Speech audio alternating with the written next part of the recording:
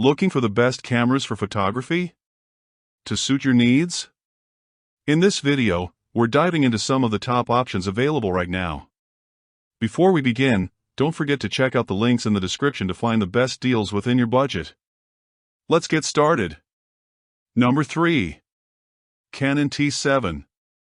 The Canon T7 is an excellent budget-friendly camera, priced at just $399 brand new, making it the lowest priced camera available right now and has been for the past 5 years.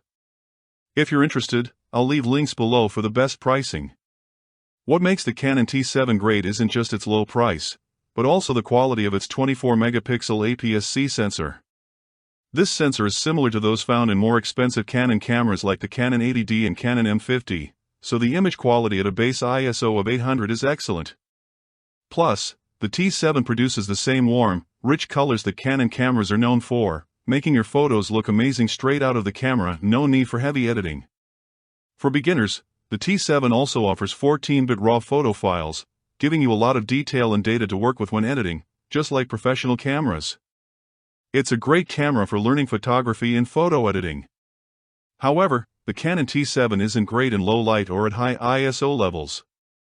While it has a similar sensor to the more expensive cameras, it uses a different processor, so you may notice more noise in photos at higher ISOs. But don't worry, later in this section, I'll show you a way to work around that. When using the optical viewfinder, which is the eyepiece that you look through to take photos, and good autofocus is a key thing to have when looking for a good beginner camera, and the body of the Canon T7 is very beginner-friendly. It is a DSLR-style body, but it's smaller than most DSLRs, and it's still very travel-friendly. The battery life should last you for a few hundred photos before needing a recharge, so as a beginner you could shoot onto this camera for several days. And one thing about the T7 that beginners will love is that it actually has a model with different scenes. This way you can simply pick your shooting scenario on the modal and shoot away without having to think about the technicals of the camera. And the camera also has a built-in flash, because I know some of you guys like that flash look. Sadly, this camera does have some downsides. One of them being that it does not have a touchscreen, and the screen is also fixed, meaning you cannot tilt it up or down for high angle and low angle shots. And this is a camera where you're really going to be using the optical viewfinder, meaning it's going to be stuck to your face most of the time. And this might not be how most of you guys like to shoot, especially if you come from cell phones.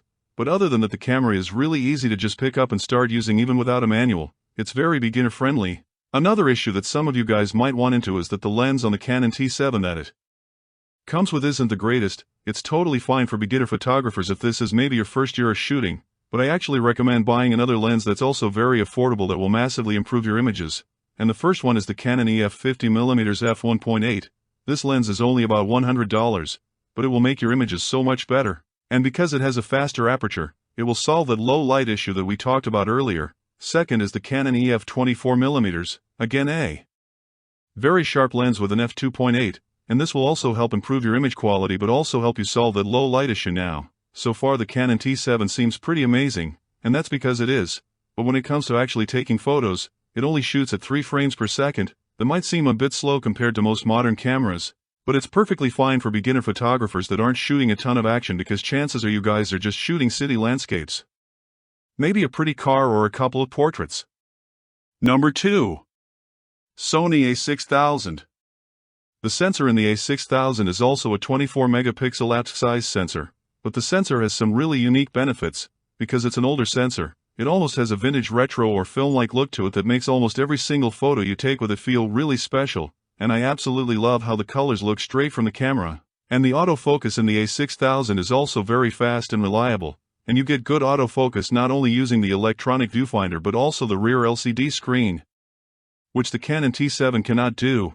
And the reason the autofocus is so good is because the A6000 can shoot photos very, very fast. It can shoot up to 10 frames per second, which is basically triple the speed of the Canon T7, and you can also shoot for quite a long time with 47 JPEGs in a row or 22 RAW photos, which is basically double what the Canon T7 can do. However, there's a big hairy but. The A6000 also shoots RAW photos. You can edit the heck out of these photos. However, the RAW in the A6000 is only 12-bit RAW and not 14-bit RAW, which is the better version of RAW like the Canon T7. Now you can still do a ton of editing with the A6000, but compared to the 14-bit RAW in the T7, you're missing about 20 to 25% in terms of flexibility and latitude.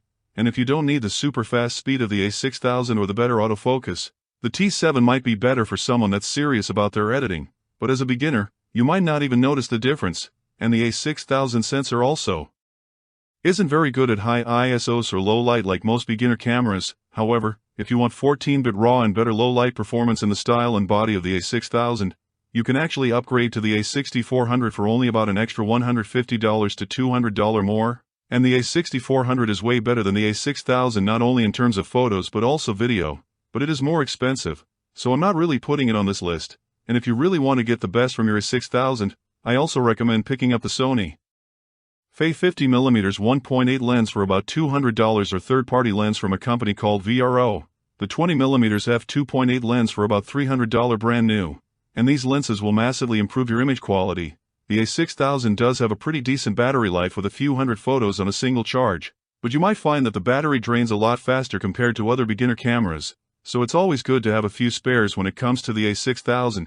The A6000 is perfect for a beginner that wants to shoot fast for action shots, and maybe they want something even smaller than the Canon T7. The only downside of the A6000 is the 12-bit RAW. Now if you want the best possible camera for a beginner photographer that literally has everything inside of it without any drawbacks, there's only one camera that fits that bill, and that is the number 1 Canon M50.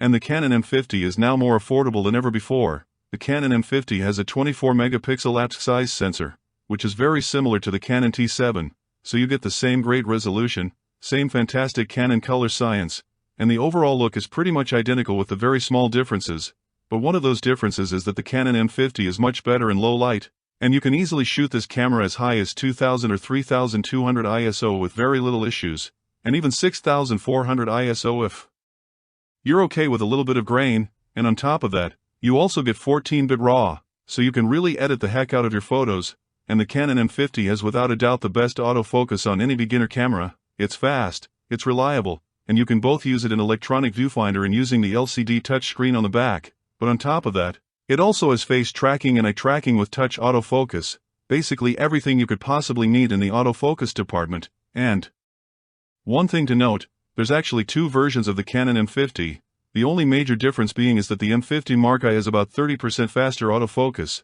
but other than that, the two cameras are very similar, and the Canon M50 also shoots photos super fast at 10 frames per second, but it only shoots 10 frames per second in RAW mode and 33 JPEGs, which is slower than the A6000, but the A6000 only shoots 12-bit RAW, whereas the M50 shoots 14-bit RAW, so in my opinion, the M50 is a better camera.